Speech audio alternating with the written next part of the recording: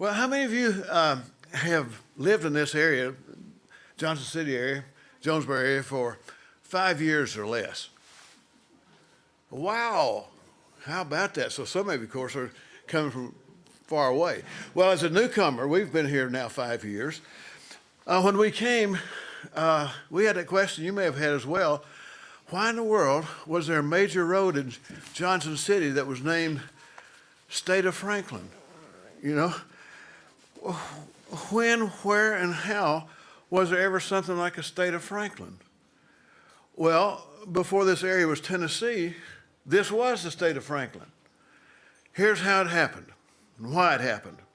Well, after the Revolutionary War ended, the Continental Congress in 1781 asked that states possessing large areas of unsold land, unsettled land, return that land to the control of the central government for future organization and distribution, and thereby enhancing the power and financial stability of the new nation.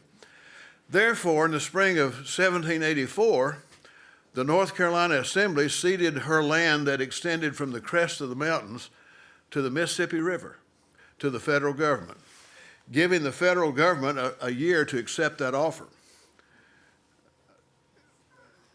Essentially, the citizens of the western counties were removed from North Carolina and put on their own, wholly on their own, at least for a year.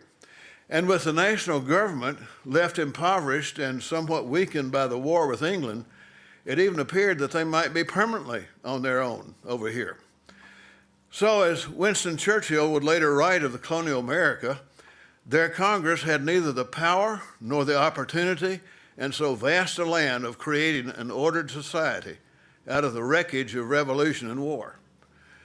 A federal constitution had not even been adopted by the Continental Congress, and the small North Carolina counties west of the mountains had received no aid from the Congress for protection from the incursion by hostile Indians that were being stirred up by British agents. On the contrary, with their long rifles, they had defended the revolution itself by going to Kings Mountain and fighting, and also responded to calls for aids from Virginia and the Carolinas. Well, so being on their own was no new or terrifying experience for these over-mountain settlers. Ever since William Bean built his rude cabin on the Watauga in 1769, they had been accustomed to looking after themselves with little help or hindrance from the original colonies from which they had come. For their own protection, they had formed the Watauga Association over in Lisbethton. Most of you probably have been over there to see the old fort and read that history, go through that museum. And they had a constitution, a written constitution for the association. It was the first ever adopted west of the mountains by a community of free Americans. For other people, this situation they were in now would have been somewhat desperate, but these hardy folks were accustomed to settling their own problems, and they set about solving this one too.